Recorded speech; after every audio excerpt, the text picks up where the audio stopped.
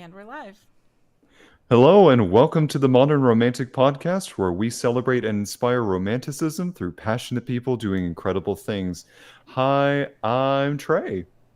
Now and always, I gotta get used to saying that because I've got an audition tomorrow. So hey, why not just go with "Hi, I'm Trey," and I am joined by Emily, who is looking at me. I'm not sure if perplexed or happy that I went with a normal introduction. Hi, Emily. Hi, it's so nice to meet you, Trey. It's so nice to meet you, Trey. We're missing our third Trey tonight, so our stand-in today is someone else, but we'll get there in a second. It's so nice to be on the podcast. Thank you for asking me to be here. Emily, would you do us a favor and introduce our fantastic guest today? I would. Today we have with us a metal sculptor who does really cool, really large, and also really small, really neat metal sculptures. And I am excited to talk today with our guest, Clinton Lesh. Thank you for being here. Thank you for having me. Thanks for coming. Yeah, we are so excited that you said yes to being on the show because we really love your work. And I think it's so cool and unique. So yeah, well, thank you. Yeah, I've been asked to be on one other podcast so far, and it's a learning experience all the time. So this is gonna be fun. Yeah, and they're all different. Everybody's got a different show or a different format or whatever. There's one thing I wanted to ask right away, and that was, and I think I hope I'm right about this, but did you not just get engaged on like a really cool, super romantic midnight sun hike in Norway? Yes, all of the above. She was very, very surprised and very happy about it. So it took, my parents actually set up a whole family vacation, and her and I slipped off and got engaged at 11 at night at the top of a mountain in Norway. So Congratulations. You. Thank you. That's fabulous. Yeah, we're very excited. Yeah, Maddie's amazing. Shout out, Maddie.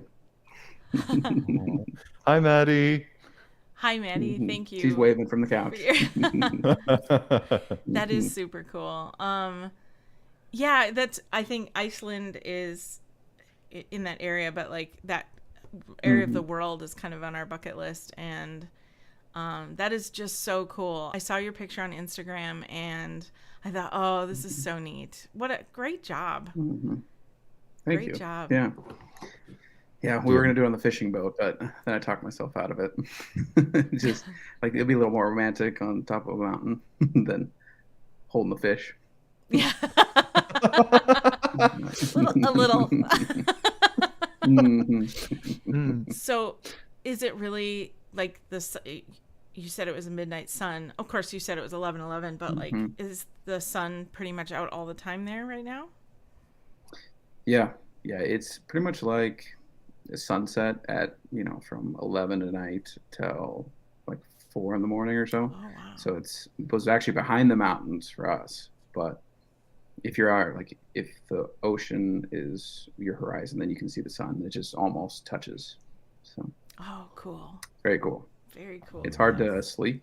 But every house is set up for the midnight sun. So that was in the Lofoten Islands, which is above the Arctic Circle.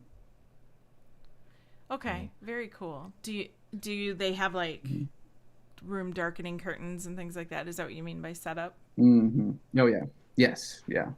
Everyone's got like your room is dark when your bedroom's dark. So sure that helps. Yeah. I often Do you wondered have? if that.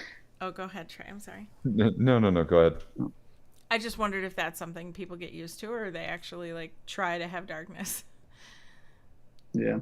Yeah, I don't know. Well, the people we stayed with were like our fifth cousins. My grandmas were third cousins or something, but they were saying they really like the dark in the winter because in I think it's January, the sun doesn't come up.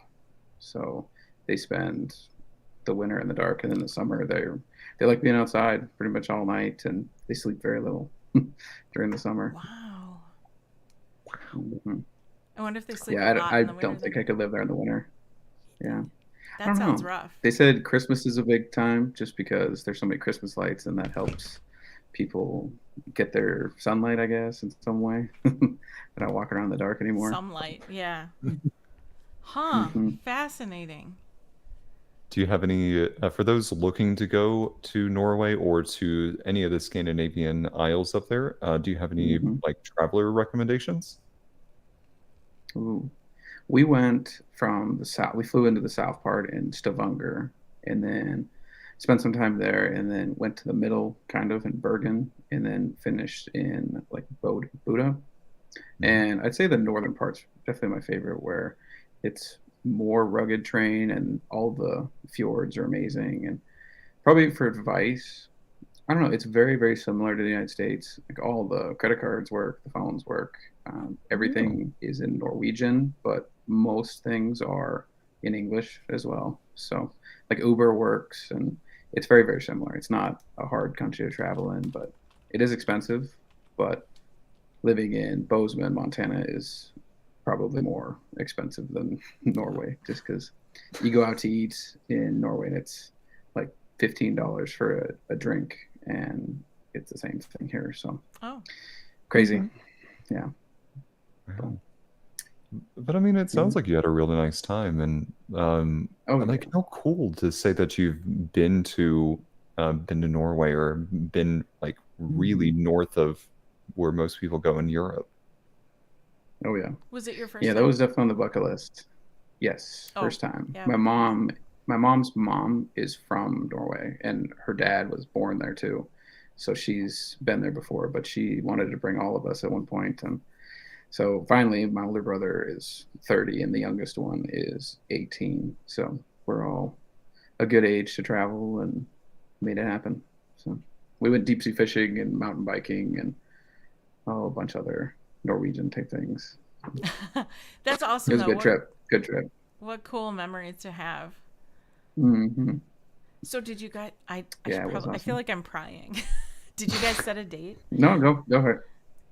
So we're currently looking at wedding venues and photographers, and like those are the two main things, Yeah. and trying to figure out a date that works. And I have a lot of friends that are getting married, and Maddie has a few or one cousin that's getting married, so we're all like trying to figure out what would work best. But Sure. probably next June is Okay. kind of what we're hoping for, Okay. and that's probably the most pretty month in Montana because there's no more snow, hopefully, and the grass is green, and there's no fires yet. So, like right now, there's smoke all over the horizon, and Oh. you can't see any mountains or anything. So, July gets pretty warm. Yeah, it does. It sounds like it anyway. 90 some degrees. Mm-hmm. Well, Mm-hmm. congratulations. Yeah. I wish you the best with your Well, thank you. planning. That's super Mm-hmm. cool. And so romantic. Yes. Um, I am kind of curious, talking more specifically about the art that you make. I'm curious when it comes to metalworking. I've known a few different people to get into different aspects of using metal, either for signs Mm-hmm. or for their own artistic expression, what have you. So, how did you come to find metal as a medium for your artistic expression? Yeah. Well, I went to art school at Montana State, and we did a few sculpture classes that had welding in it. Mhm. And I don't know, I always really like that. And the ability to make large scale sculptures is something I really, really wanted to do. So I figured steel would be the best option for that because you could do giant ceramic sculptures or logs or whatever, but I figured that would be a good avenue to go down to, and wanted to do like bronze casting when I was in college. But I found a guy in Bozeman that he does large scale welded together steel sculptures, and talked to him, and he let me intern with him for about a year. And now he just lets me build my own stuff in his studio, and yeah, just get to use all of his equipment. And me and him are buddies now. His name's Jim Dolan, and he's a world famous metal sculptor, and he's been doing it for 50 years. And Wow. we're actually going to dinner tonight, so Oh, all right. that's what we're doing after this. So Ooh. Very cool. yeah. Sorry, Trey. No, you're good. I was going to ask what that big building is in some of your pictures that you're working in, but that must be that studio you're talking about. Yep, that's his studio, and he built that back probably 10 years ago. And yeah, he's got a pretty sweet setup. Eventually I'd like to have my own spot, but right now it's me and him get along really well, and we bounce ideas off each other, and just having two people in the shop all the time is really nice, just for an extra set of hands and safety and everything. Yeah, it sounds like you guys make a great team. Mm-hmm. Just in case one of those fingers just kind of goes flying. Right. Yeah, he's more brave than I am about a lot of that stuff. But I'm always watching. Be the ride to the hospital, I guess. I hope none of that is really happening. Yeah. For your sake. So you do large scale, but you also do some smaller pieces. And one of the things you do that is normally kind of on a micro level, but you don't necessarily sculpt it that small, are flies for like if you would, like for fishing. Sorry, I didn't know how to say that. Flies like for fishing, for fly fishing, you do these sculptures that look exactly like some flies that like Josh would tie. And so do you also do fly fishing? I just got into it, actually. The Yeah. first time I went was when I moved to Bozeman, probably 8 years ago. And I tried to be self-taught and didn't catch anything, lost a bunch of flies. And I was like, no, I'm gonna avoid this for a little bit. But this summer I've been getting into it and gone a couple times, and it's been good. I don't know a ton about fly fishing, but I had a lady about 2 years ago wanted a fly for her husband for Christmas. And I was like, sure, I'll see what I can do. So I was looking at pictures and how to tie flies, and kind of just went through the same process of you start with a hook and then you start building it from the inside out. And there is a million different type of flies. Even if it's the same bug, there's 50 different colors, and this little thing is different. So there's really no wrong way to do it, but I've been slowly figuring out more flies and kind of making my own in some ways, where I like the certain type of wings I've been making recently, but there's not a lot of flies that you can do that small of detail on. So it's kind of a mix of a real bug versus the lure, the fly. But yeah, I look at a lot of bugs, a lot of flies. So how big are those? Like, I've seen them on your site, but how big are they, like, in reality? They're not microscopic like some of these little bugs are. No. Yeah, most of them are about 15 inches tall. Okay. And that's a really good size for like a counter or a coffee table, and it works really well for the equipment I have right now. The welders, anything smaller, it would start to get really difficult. Anything bigger, it's harder to place in a home. So I want to make a larger one for outside, but anything, I try to max out the size with also being very easy for somebody to display. That's smart thinking. I do have to ask, with you using a lot of like bugs for inspiration, any favorite bugs that you're hoping to turn into future sculptures? I really like the dragonflies right now, but that's interesting. I've always had this weird fear of like grasshoppers, and they make great flies, like fishing lures. So I think I might have to get into one of those because it's so much different than the current flies that I'm doing. But that is a good question.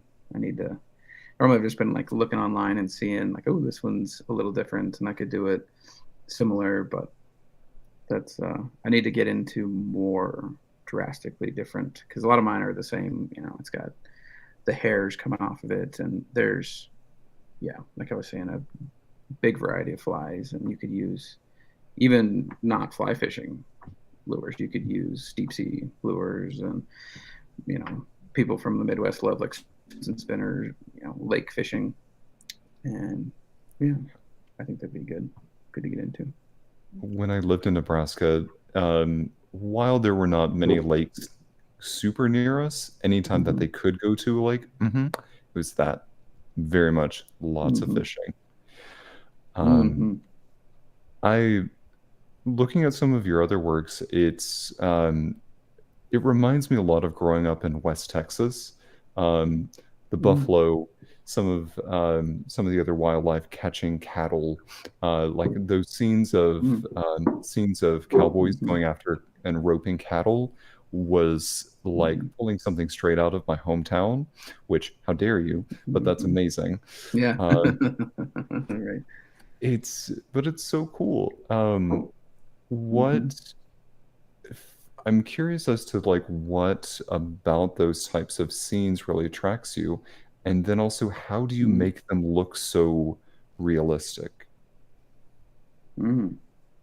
Well, some of it's personal experience. I grew up on a ranch, and we used horses for moving the cows, and we'd rope cows and doctor or move them or whatever you needed to do. But I had a good thought when I was in college. Actually, I was like, I kind of want to do more like the unglorified parts of ranching, because a lot of the really popular sculptures are the guy riding the horse, and he's the horse trying to buck him off, but he's riding, or the guy's doing a super heroic John Wayne scene. And I was like, well, I've had a lot of farm accidents, and I know everyone else has. There's probably my favorite small piece I've made so far was the cow that was jumping over the fence and has the rope around its horns. Like that happened to me when I was probably 12 or 14-ish.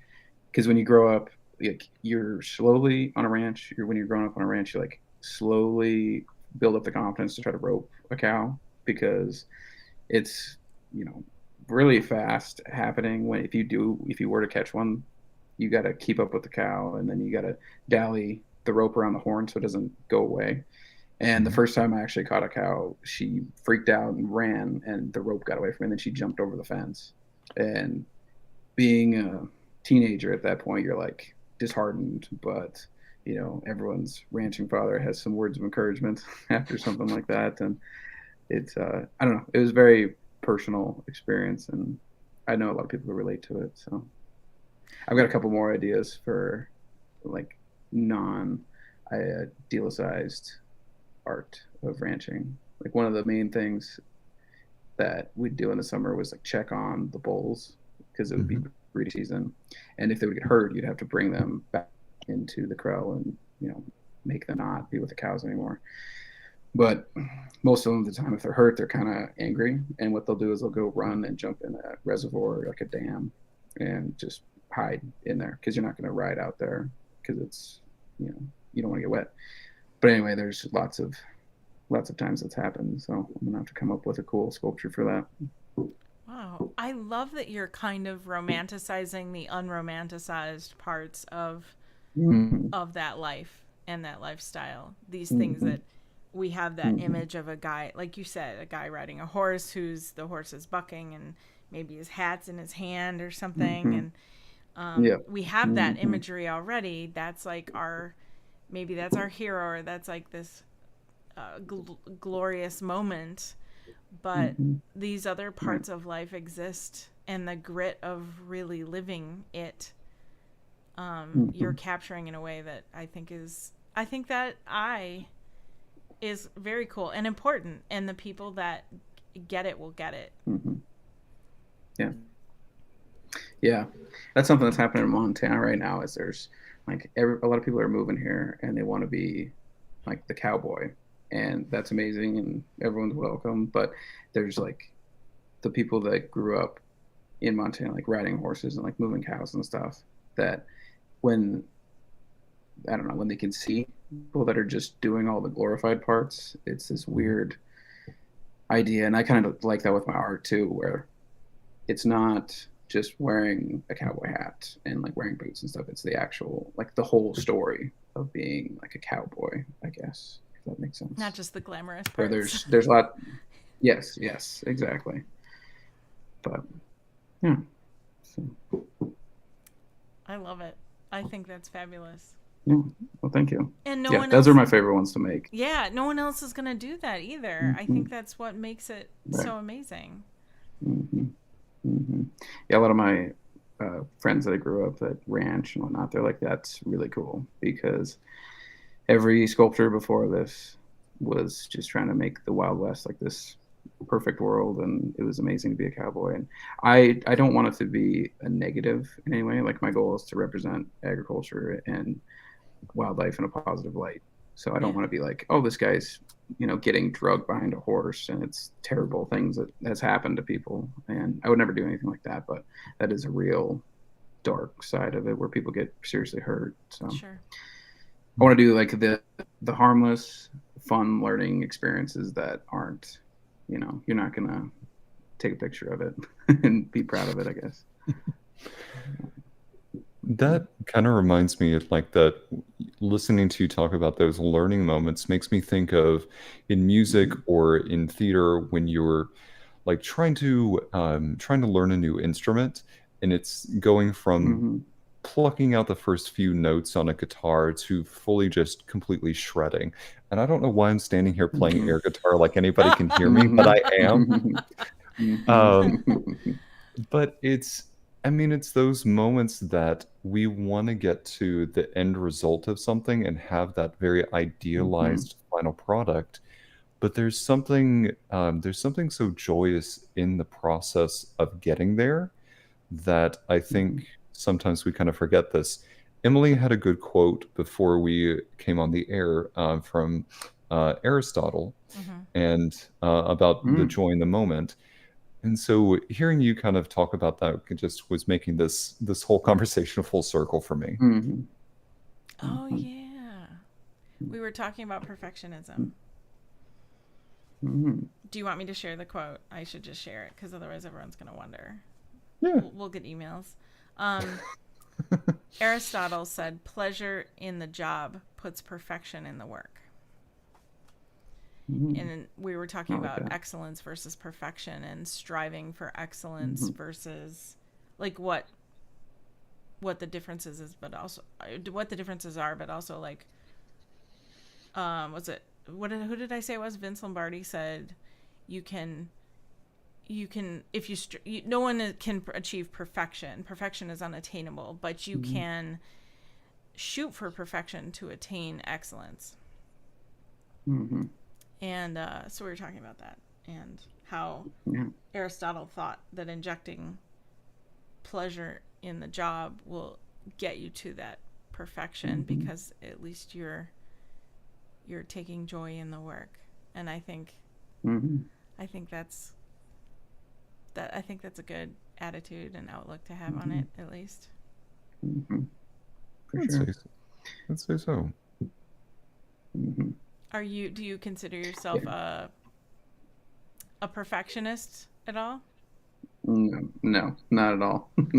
No, I've got a weird ideas on that, I guess, because I'd like to be like super precise all the time and perfect, but like you were saying, the having joy in the work is what really makes it good. I just finished Rick Rubin's book. He's like a music producer, but he's very insightful, and he's always talking about like looking for new ways to be a better artist. But anyway, he was talking about like the viewer comes last in any type of artwork, and it's if you love it, then that's what matters, and don't worry about what anybody else thinks. And for me, like, I hold myself to a higher standard than what other people would view it as, I guess. Like, oh, no one else would notice this thing, but I'm going to notice it. Sure.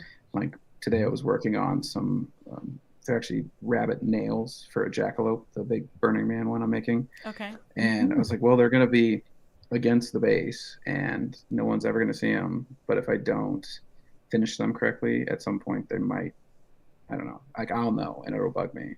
but they don't have to be perfect. But I have to do a good job on Yeah. everything, if that makes sense. So Yeah, you Yeah. don't want it to haunt you. remember everything. Right. Yeah. We don't want that. So Yeah. that's something you're working on now, a jackalope? Yes. Yes. Awesome. So I went to Burning Man last year and kind of went down there for just to explore all the art, and it rained, so there was Mud Man is what we were calling it, but it was amazing. It, like, the news was freaking out about it, but we were all having a good time.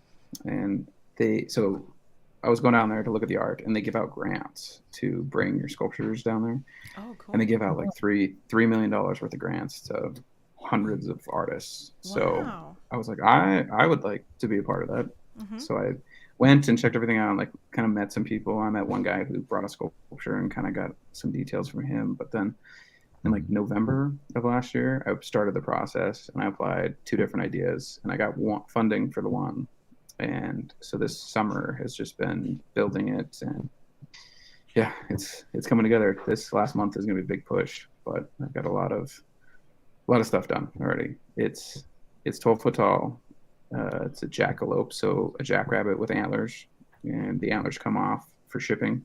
I was And going to it'll ask go, about that. yeah, Yeah. yeah. It's only 7 feet tall without the antlers. Okay. So we'll just put it on a trailer, and yeah, it'll go in the dark. I decided that after I actually applied, because I was like, it's at Burning Man, it's fun to go drive around at night and look at all the sculptures. And if you just have lights shined at it, like, that's fun. But if it's a glowing jackalope, that's way better.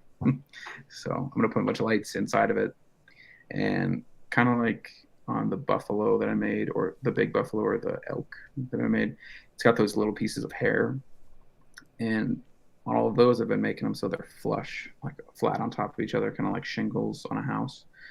And the way I'm gonna do this jackalope so the light comes out is, instead of having them flush, I'm gonna raise all of them up like a 1/4 inch from each other, so they're all backlit underneath. But Ooh. they're gonna be, you're not gonna be able to see into it, so it'll look normal, but at night it'll have this backlit, I don't know, glow to it, and have changing lights. And I just got the eyeballs ordered. I went to a glass blowing place and was telling him about my idea, and he's gonna make these like red and gold eyeballs for it. So excited about that too. So those will glow in the dark. Yeah. This is sounding more ethereal by the second. This sounds Yeah. incredible. Yeah, it needs to be amazing during the day, but better at night. So I'm trying to make everything glow, and I'm gonna put a big saddle on it. I actually got the saddle, so because people crawl all over the art there, and it's like what they're supposed to do. Like, you're supposed to just do whatever you want. Experience it. Yeah. Yes. So I was like, well, it'd be probably better if there was a safe spot to sit, and it would, with the stirrup from the saddle, that would be make it easier to get up there. There's like a clear path to like stay on this area. So gonna do the saddle, and I'm gonna have to make a bit for the, like a reins or whatever. But yeah, it's gonna be a cool one. I like that you thought of that. This is so cool. Mhm. There are a couple of things in the chat I don't want to miss talking about, and they're Yeah, all from yeah, go Josh. for it. So all of the ones I'm going to read. One was way back to when we were talking about the fly tying. He said, I've become a bug nerd, and I've become a bug nerd. I've become a bug nerd the more I've gotten into fly tying. And he also said, the second that I open a fly shop, I'm calling you for one of your sculptures. Nice. And then he said, if you enjoy what you're doing, you're probably going to work harder at it to be better at it. Right? Which is in relation to the perfectionism thing we were talking about. But also, a 12-foot jackalope, that's freaking awesome. Yeah. Yeah, I'm really excited about this one, just because it's my style, and it's going to look like something that I've made, but it's just very out of the box and different, but still animals and Western. And like, we would always take our calves to Belfouche, South Dakota, which is a giant sale yard. But their big thing there was jackalopes. And when I was little, I was fully convinced they were real, because they were like mounted in the gas stations. And Yeah. So it was kind of like growing up, that was the mythological animal, and believing in something supernatural. Like, that was cool. Like, Trey, I hate to tell you, but jackalopes aren't entirely real. What? Yeah. No! They're endangered. They're indeed. There's still a few. There's still a few. Oh, okay. Phew, thank you. Yeah. So, when it comes to hearing you talk about kind of pushing those limits and doing something that's different, what drives you to want to do something different? Ooh. Yeah. Well, I don't know. I've looked at a lot of art over the last like 10 years and just learning about different artists and why they were successful at their times. And that was something I kind of looked at was like you may like, I don't know, the successful artists were normally the first ones to do their new idea and push through social norms. And I kind of see that as like a path to success where if you're just copying things you've seen or other people's work, like you're never going to be looked at as, you know, the cutting edge of the new art scene. And yeah, that's kind of how I feel about it. So there's just a lot of the same too when it comes to sculpture. There's like Western sculpture, and that's very narrow, like bronze, kind of the same, like hyperrealism. And then there's a few people that got really, really big, but yeah, I just think there's a lot of room for people like my style. I would would. say something. Oh, go ahead, Trey. I'm so sorry.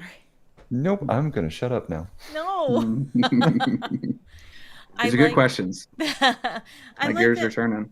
outlook though with being innovative now, not like waiting till you have wild success. Being innovative Right. the whole time, I think makes sense. And to make it, I think in art today, you kind of have to.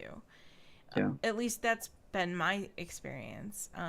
Perhaps that's not everybody's. And I'm not particularly in the world of sculpture, but you never know, I guess. But I feel like that's definitely more interesting and more eye-catching than the usual. And so I would pay more attention to that. That's kind of what I look for in other artists too. Like I want to see something not just different, but like somebody who's bothering to innovate. Right. I like that mind, and I kind of want to climb into that mind when I'm interacting with artists or when I'm, you know, looking at artwork and buying artwork even. Right. Yeah, I'm very similar where it may not be the most technically perfect sculpture or painting or anything, but if it's different and you can tell that it's like an original thought, I'm really drawn to that. Yeah. I would so much rather have a not perfect but super super interesting piece than the most technically perfect. Oh yeah. I know I keep drawing it back to theater and like music, but it's like going to watch a performance and hearing someone sing something that is like technically perfect, but there's no emotion behind it. There's nothing that's raw or authentic. It's just all technique. So I'd rather have something a little bit rougher around the edges because it gave me that passion. Right. For sure. I like that. The storytelling. That's such a huge thing. Like you can be technically perfect, like you could do hyperrealism, sculpture, or painting, whatever. But if the viewer doesn't come up with an interesting story, it kind of falls flat, I think. Like I've done some sculptures where they're just very simple, and that's what the people wanted, and that's perfect. But I really enjoy the ones that make you think a little bit. And that's like people discovering new things when they go through your work, I think is really important. That's the artwork I really like is you look at something for a second and you're like, I don't get what's going on. And then it clicks at some point and you're like, oh, I figured this thing out on my own and I understand what the artist was trying to do. Yeah, I think that's really, really enjoyable. Like what Tom Paradise said, art should provoke. Yes. So I have to ask, of the pieces that you've created so far, which one do you think tells the not the best, but tells the most interesting story? Yeah. Yeah, that's a good question. The one we were talking about earlier is probably my most personal story that I've had, but there's been a couple that are cool, like the bison that are sideways running up the staircase, and you view them from the back, but then you shine a light from underneath, and then the shadow flips up onto the wall. If you've seen that one, Oh yeah. I was like, that one's really interesting to me, just because you're forced to sculpt from different perspectives and shadows and lights, and it has to work both directions. Mm-hmm. So I really enjoy the fact that that one's like different in how you view the sculpture. Um, the eagle and snake, the first big one I did, Mm-hmm. that one has a lot of art theory and whatnot into it, where it's this diagonal movement, but there's the pinnacle of the interaction where the eagle's got a hold of the snake and it's about to bite the bird, but he's also fighting back with his other claw. I was like, I think that one has the most, like, what happened right before and what's happening now, what's happening in the next 2 seconds is, it's like a freeze frame of a crazy interaction. Mm-hmm. And the viewer gets to decide on what happens, and it's fun. Like when I take it to shows, little kids, they'll come up and they'll be like, oh, look at this, and I'll be like, who do you think's gonna win? And 99% of the kids are like, we're the Eagles gonna win. But then there'll be some little twisted little kid who'll be like, I love snakes, and that's gonna eat the bird. And be like, okay. So I really enjoy that part of my job, is letting people decide what the art means to them. And correct me if I'm wrong, that's the one that there's no such thing as free lunch? Is Yeah, that the title of it? yeah, yes, no free lunch. No free lunch. Yeah, I was at an art show in Big Sky this weekend, and I brought it up there. I was explaining that to people, and they're like, "Yeah, if you're gonna try to eat the snake, you might get bit, and but you might get a big lunch." So, I took a lot of when I went to college at Montana State, I did agricultural business for 3 years, so it was a lot of economic classes. Mm-hmm. Then I switched to art, and that was one of the things they pounded into our heads was there is an opportunity cost to everything. There's no free lunches because you could have been doing something else. You could have been, anything else during your free lunch. So that was kind of a nod to that. Was that a tough switch from Oh yeah, nature to art? yeah. There was nothing that transferred. So I was in school no. Oh no. for 6 years. Yeah, I mean there was like some of the basic ones, but macroeconomics with calculus doesn't switch to Roman history, art history. So did a lot of extra school, but it was fun. And, in the moment of going to art school, you're like, why do I need to learn about cubism and minimalism and all these dead artists that were not technically interesting, but right. You look back on it and you're like, wow, I actually learned a lot of stuff. Just about, like, there was a couple things that really stood out to me. And one was, I was wondering, I was like, why did art get so weird? Where it was just all of a sudden in like the 40s, 50s, 60s, like art was red squares and blue circles, and that was it.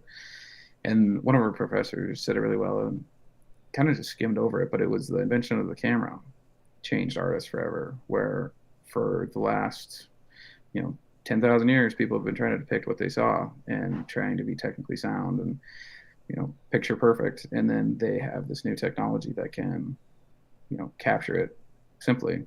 So you have to do something that a camera can't do, and you have to put emotion into a scene. So you started getting into like Monet, where impressionism is like the thought of like a fleeting moment in like a sunset or sunrise or whatever scene it is, but it's there's more emotion than in a photo. And then minimalism and cubism and all that, it's like, what's the least amount of information we can give you to understand what we're trying to do? And that like blew my mind in those art classes. I was like, like it takes an art degree to understand half this stuff, but you have to, there's a lot more going on. And normally it's an amazing story for these simplistic art scenes, I guess. It's interesting when you see an art form like your whole life that you don't appreciate because it doesn't speak to you. It doesn't make sense to you. It's not even maybe attractive. And then you have somebody tell you something about that art that changes the whole art world for you. That's pretty amazing. And I feel like that's something that I wish more people had.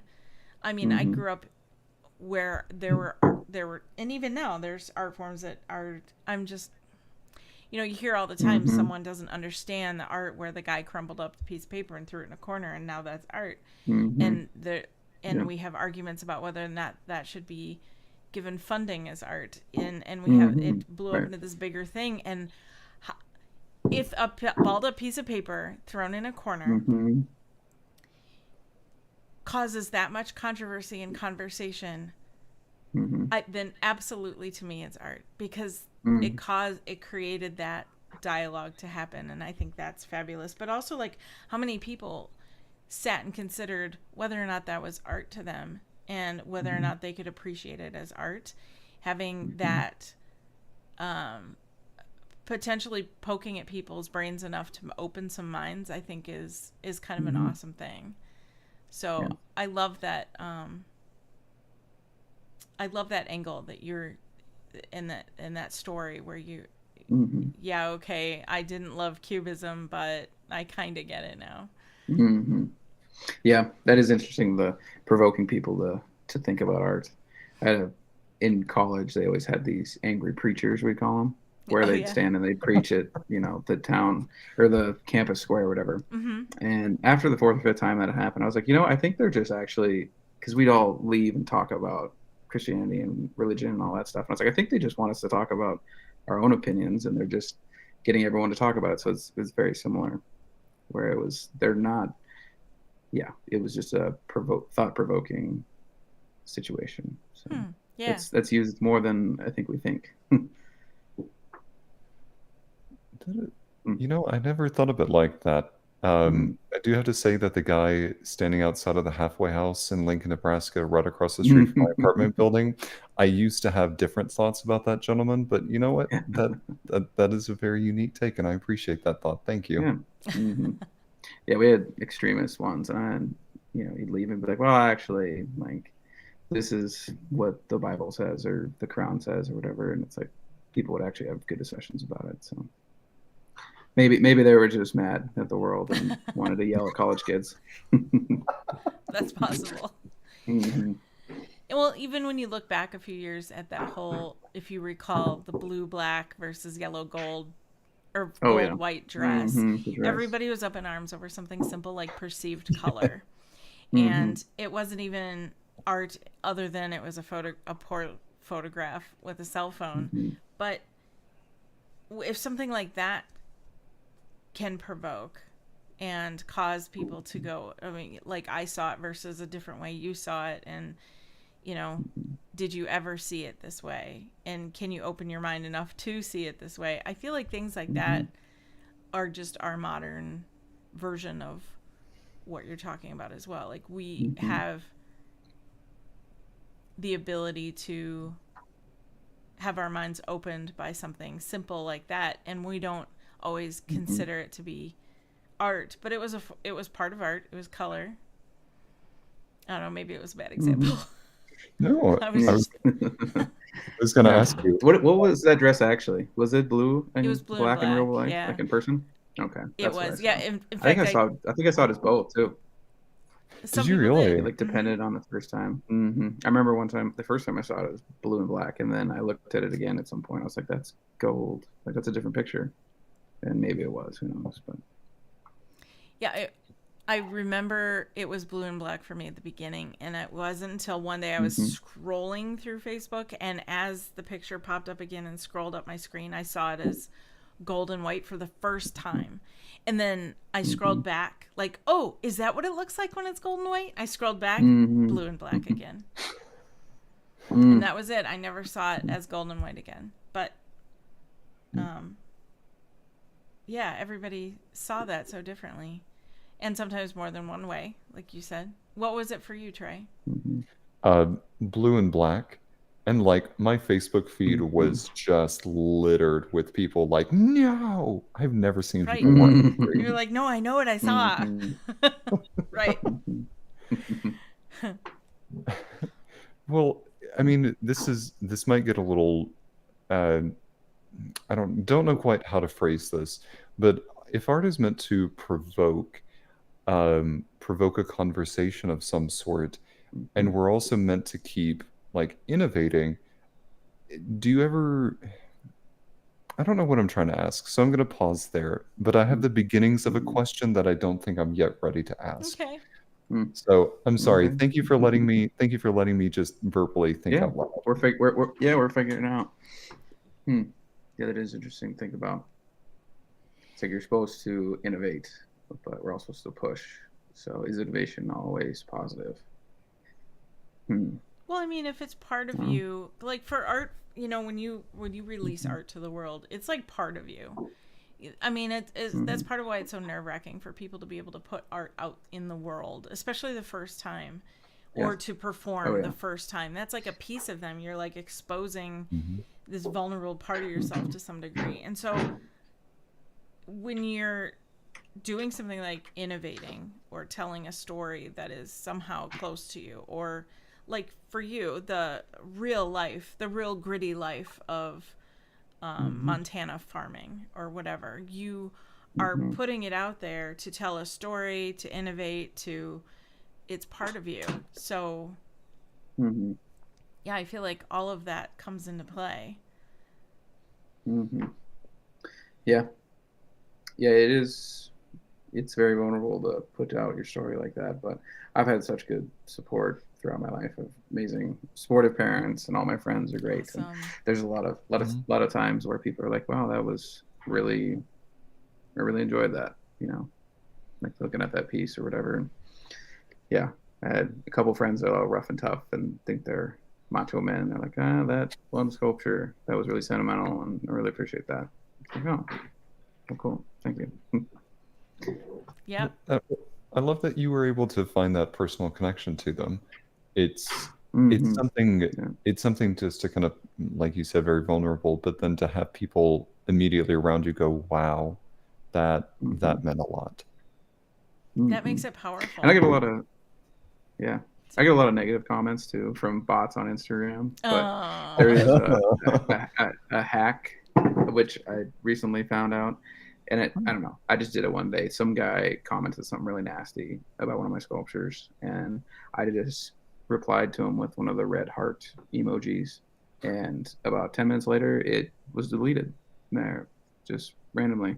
And I don't know if he did it or what, but I've done it to like 10 different nasty comments since then, and they're all gone. Like some, I don't know if it's a real person and they deleted them, or that's like the hack to get the bots to stop, hating on your stuff.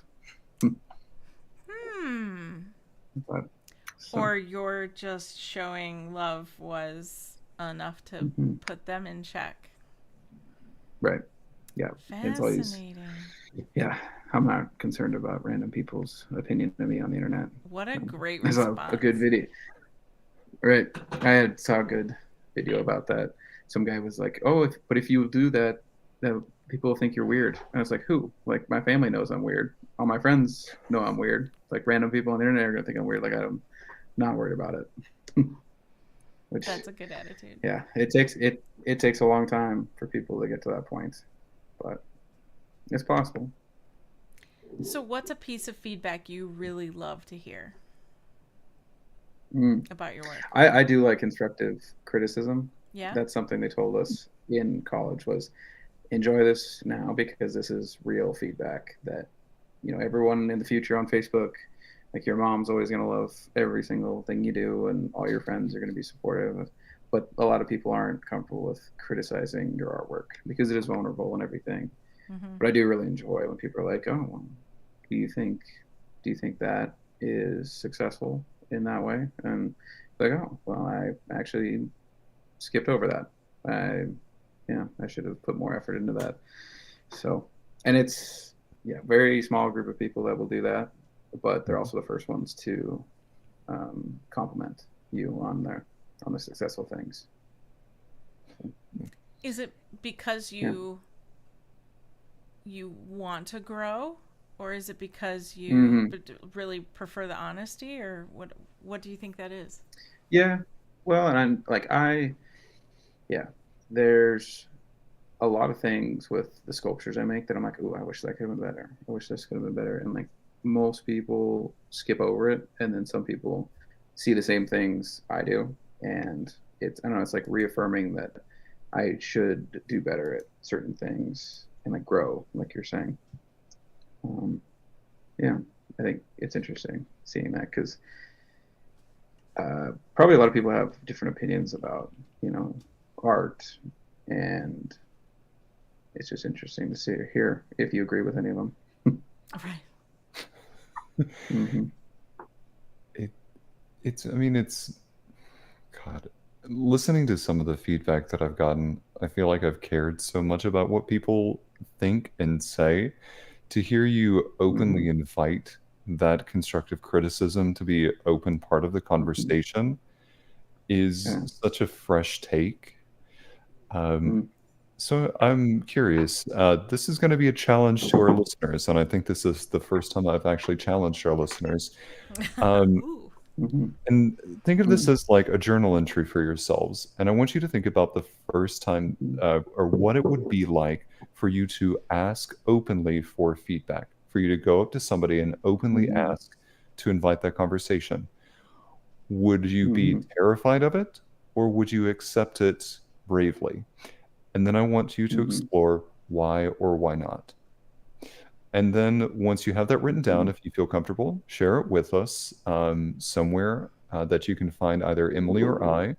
And I want you to tell us why. Yeah, I think... Oh, go ahead. Sorry, go ahead. No, go ahead. And I want you to be honest with us about feedback for our podcast. And I want you to be honest so that we can start a culture of sharing openly and honestly. I mean, and you have to consider where that feedback is coming from as well. Like you have, who did we talk to recently whose own mother was absolutely not into their work? I don't remember who it was. Someone recently was like, "Oh yeah, I don't even share it with mom so much anymore because like I can tell it's lost on her." So like that, for something like that, like yeah, I don't know what the right answer is there, because you have people who are still waiting the art education that gets them from I hate cubism to cubism, So I feel like there's constructive criticism to consider, but there's also there's also just criticism, not constructive criticism. So maybe that's the point here. And I like the idea of being able to defend your work. I think if you can explain it, and you don't have to explain art to be art, obviously, but you can be like, I chose these decisions because of these reasons. Yeah. And if they don't see that and they don't agree with it, be like, oh, well, that's your opinion. That's fine. I do it because I like it that way. And this is intentional. Right. There's times where you see art that's not intentional and it's not time consuming and it's considered successful, and it's frustrating. Yeah. Well, have you had that happen, Trey? Where I've been given feedback and like had to make justifications for the things that I've done? Yes. Yeah. I do it at work, and I also do it with theater. I don't think any person from an audience has ever given me that direct feedback before. I think it's always just kind of been like directors or people in the business that have given me that feedback. Okay. I would be interested to kind of get feedback from an audience member. No one's come up and said, I loved you in this performance, or I hated your performance in this. No one's ever really said one way or another to me before, and it's unique in that. Yeah. So if you ever see me and I'm on stage and you absolutely hate or love or both of my performance, please tell me. I'd love to know. But only if you say it with that voice. I loved you in that performance. I loved your performance. I mean, same thing to you, Emily. I'm going to ask the question, have you ever gotten that feedback? Oh, yeah. Okay. Yeah. Yeah, like when I used to have a clothing line, and this is a long time ago. But I remember when I came out with, like, I think it was my first or second collection, I had a friend of mine say, well, why don't you do like a whole bunch of short party dresses that are like, you know, club wear? And I was like, that's not even close to my aesthetic. Mm-hmm. That's not close to what I do. I make ball gowns. Mm-hmm. Like Mm-hmm. that would be totally outside of why I want to be in fashion. And so that's kind of how I explained it. But it was like, yeah, I don't like what you do. I wouldn't wear any of that, was what I was told by my friend, because Mm-hmm. she wants a party dress. She wants a cocktail dress. And I was like, okay, I'm just not the designer for you. Mm-hmm. That's That's a good totally attitude. okay. Yeah. Yeah, I won't Mm-hmm. be making you a cocktail dress. Mm-hmm. No offense. I oh my gosh, where is my brain? I am so sorry. So Clinton, I just have a couple more questions for you. Um, Mm-hmm. First and foremost, I want to ask you if you were able to have lunch with anybody on the planet. You get to Mm-hmm. choose one person, and we'll open it up and say they can be either alive or dead. Who would you just want to have lunch with and kind of pick their brain? Wow. There's so many good ones. Are you talking, Trey, are you saying anybody at all, or like specifically for the purpose of art, or? Yeah. I'll leave it up to Clinton. Okay. Yeah. Yeah. I've had, I don't know, probably the first introduction to an artist that I like knew his name and could recognize his work was C.M. Russell, the American Western painter from the early 1900s. I think he'd be really interesting to talk to. I don't know, I've been to the museum in Great Falls, Montana, and been in his house and had a good connection with him. And I was like, yeah, I've just seen so much of his artwork throughout my life, and the story of his life is interesting. And yeah, I think I'd like to talk to him. And there, obviously, you want to talk to 100 people if you could, but I think that'd be my number one artist. Yeah. Cool. That'd be a good opportunity since he is Mm-hmm. no longer around. No. Grab it while you can. Mm-hmm. Yeah, he was interesting. He came out to Montana as a young person, and then did most of his paintings. So like he'd seen like interactions with Native Americans in Montana and cowboys and buffalo and all this stuff. And then when he came back, all the natives were gone and all the buffalo were gone. So he like painted them in, and I don't know, it was from memory, and maybe I'm completely off on this, but that's what I read in the museum. So very interesting stuff. Fascinating. But yeah. People today, I don't know. People like Elon Musk, I've watched him be interviewed by a lot of people, and he's just very different than the rest of us. So talking to him, it'd be hard to talk to him. But yeah, very like hyper successful people I'd be interested in talking to. I think you're right about him. I think he would be hard to talk to. Mm-hmm. I've watched a couple interviews with him and been kind of like I can't imagine sitting in that interviewer's chair, because it feels, I can't put words on it right now, but yeah, I think it would be difficult. But there are questions I'd want to ask him. Oh yeah. Yeah. Very cool. Sorry. Did you have Go ahead. another question? Yeah, I did. One thing that we're always trying to prosper with this podcast is we want future artists to continue creating, continue to cultivate their artistry. Mm-hmm. So if you were to be able to sit down with a first-time sculptor in metal, what feedback would you give them, or what insights would you share with them?